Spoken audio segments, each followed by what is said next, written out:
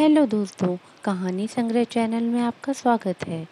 आज की कहानी का शीर्षक है स्कूल मास्टर। राजा नाम का एक लड़का बहुत दिन से सरकारी नौकरी की तैयारी कर रहा था। अंत में उसे स्कूल टीचर की नौकरी लग गई। जिस स्कूल में उसे पढ़ाने जाना था वो शहर से काफ़ी दूर एक गांव में था, इसलिए उसे गांव के आसपास ही किराए पर एक घर लेना पड़ा। लेकिन वो घर भी स्कूल से काफ़ी दूर था। राजा रोज़ पैदल स्कूल आने जाने लगा। कुछ महीने बाद जब उसके पास अच्छे खासे पैसे जमा हो गए तो उसने उस पैसे से एक बाइक खरीद ली ताकि और उसे पैदल स्कूल ना जाना पड़े। राजा जब भी स्कूल जाता और रास्ते में कोई उसे पैदल दिख जाता तो वो उसे अपनी बाइक पर लिफ्ट दे देता। स्कूल से वापस आते समय भी राजा वही करता। ऐसा एक भी दिन न हो जिस दिन उसने किसी को अपनी बाइक पे बिठाए बिना स्कूल गया हो या फिर वापस अपने घर पर आया हो। उससे जितना हो सकता वो सबकी मदद करने की कोशिश करता। एक दिन जब राजा स्कूल से घर जा रहा था तो उसे एक आदमी रास्ते पर अकेले पैदल चलता दिखा।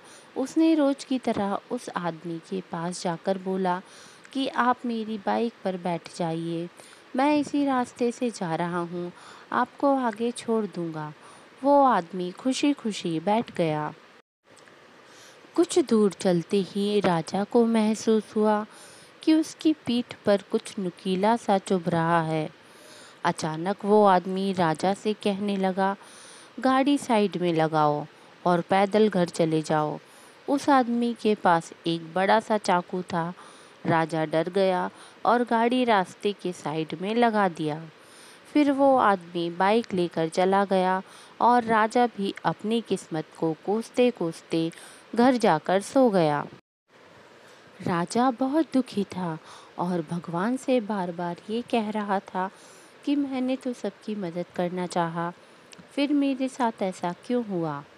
अगले दिन जब वो सोकर उठा तो उसने देखा कि उसकी बाइक घर के बाहर खड़ी है और उस पर एक चिट्ठी भी रखी है।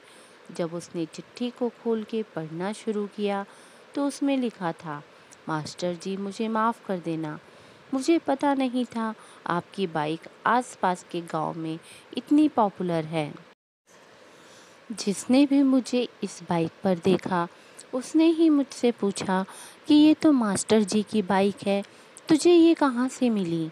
सबको पता चल गया कि मैंने आपकी बाइक चोरी की है, इसलिए मैं आपको आपकी बाइक लौटा रहा हूँ।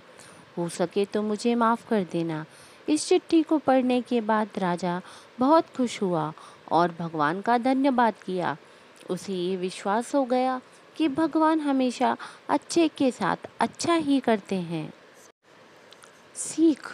इस छोटी कहानी से हमें यह सीख मिलती है कि हमेशा दूसरों की मदद करते रहो, भगवान आपके साथ गलत नहीं होने देंगे। तो दोस्तों, आपको आज की कहानी कैसी लगी हमें कमेंट करके ज़रूर बताएं और चैनल को लाइक और सब्सक्राइब करना बिल्कुल भी ना भूलें। धन्यवाद।